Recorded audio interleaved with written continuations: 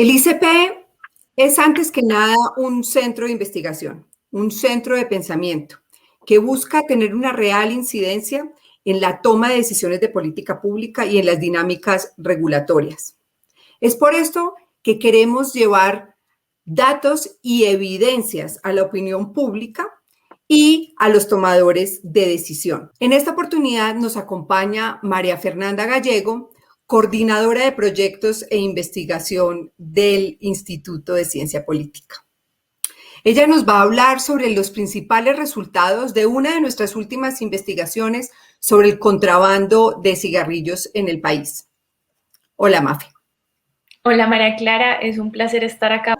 Mafe, según la Organización Mundial de la Salud, hoy el mundo vive la epidemia global del tabaco. Y es por esto que más de 195 países vienen adoptando medidas que buscan mediante la acción estatal reducir el consumo de cigarrillos. Colombia es uno de estos países. Desde el 2017, digamos, las medidas de corte tributario vienen tomando mucha más fuerza. En ese año, de hecho, hubo un incremento abrupto en los impuestos y se estableció un calendario creciente de los impuestos año a año.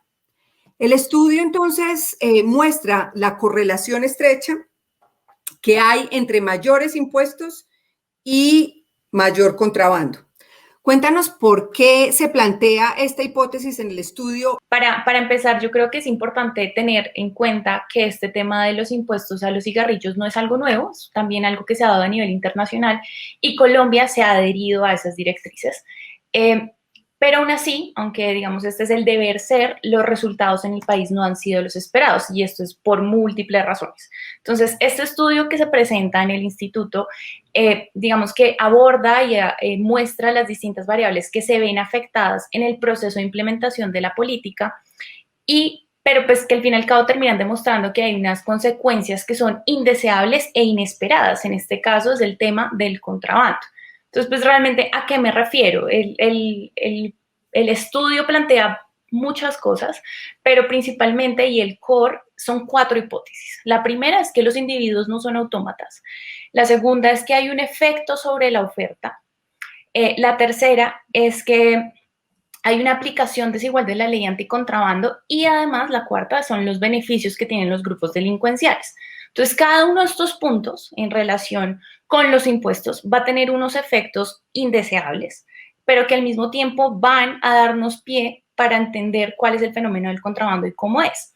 Entonces, por ejemplo, cuando se hace referencia a que el individuo no es un autómata, es efectivamente cuando se aumenta el costo de los cigarrillos legales, precisamente producto del aumento de los impuestos, se busca, digamos, el individuo que está afectado por múltiples cosas, tanto desde su posición geográfica, su sexo, en general todo este tipo de cosas, acude a otro tipo de mercado buscando un sustituto a este tipo de productos. Entonces hay muchos escenarios, uno de estos escenarios es el sustituto del cigarrillo ilegal.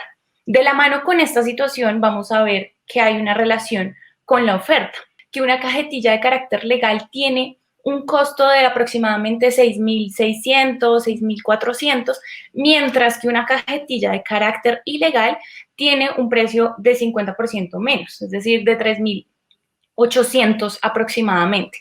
Entonces, una vez una persona que consume cigarrillo legal y pasa al mercado de cigarrillo ilegal, tiende a quedarse ahí. Y esto es un factor que se tiene que ver porque a largo plazo va a afectar realmente la implementación de la política.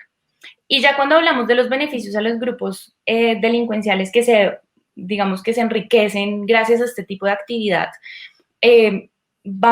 genera la política de aumento de impuestos, genera unos incentivos perversos para que sigan en el delito delinquiendo en la parte del contrabando. ¿Por qué? Porque efectivamente aumentan los precios para los de carácter legal y ellos también van a tener la oportunidad de aumentar sus precios, pero sin afectar sus costos.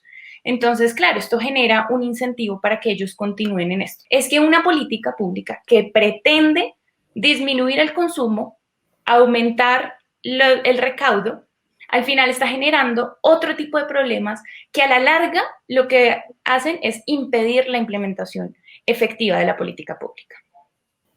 Mafe, con esto que nos cuentas, queda claro entonces que el fenómeno del contrabando es un fenómeno multicausal y que la política fiscal que busca desincentivar el consumo de cigarrillos termina incrementando la dinámica del contrabando.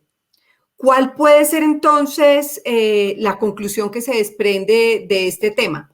El estudio efectivamente plantea que el alza de los impuestos y los impuestos en general genera diferentes respuestas tanto en las personas, en el entorno, en los grupos ilegales, en el mercado. Entonces, creo que la conclusión que deja este estudio principalmente es una invitación a los tomadores de decisiones a que vean si la herramienta que están utilizando es suficiente, pero también idónea para resolver el problema que se plantea.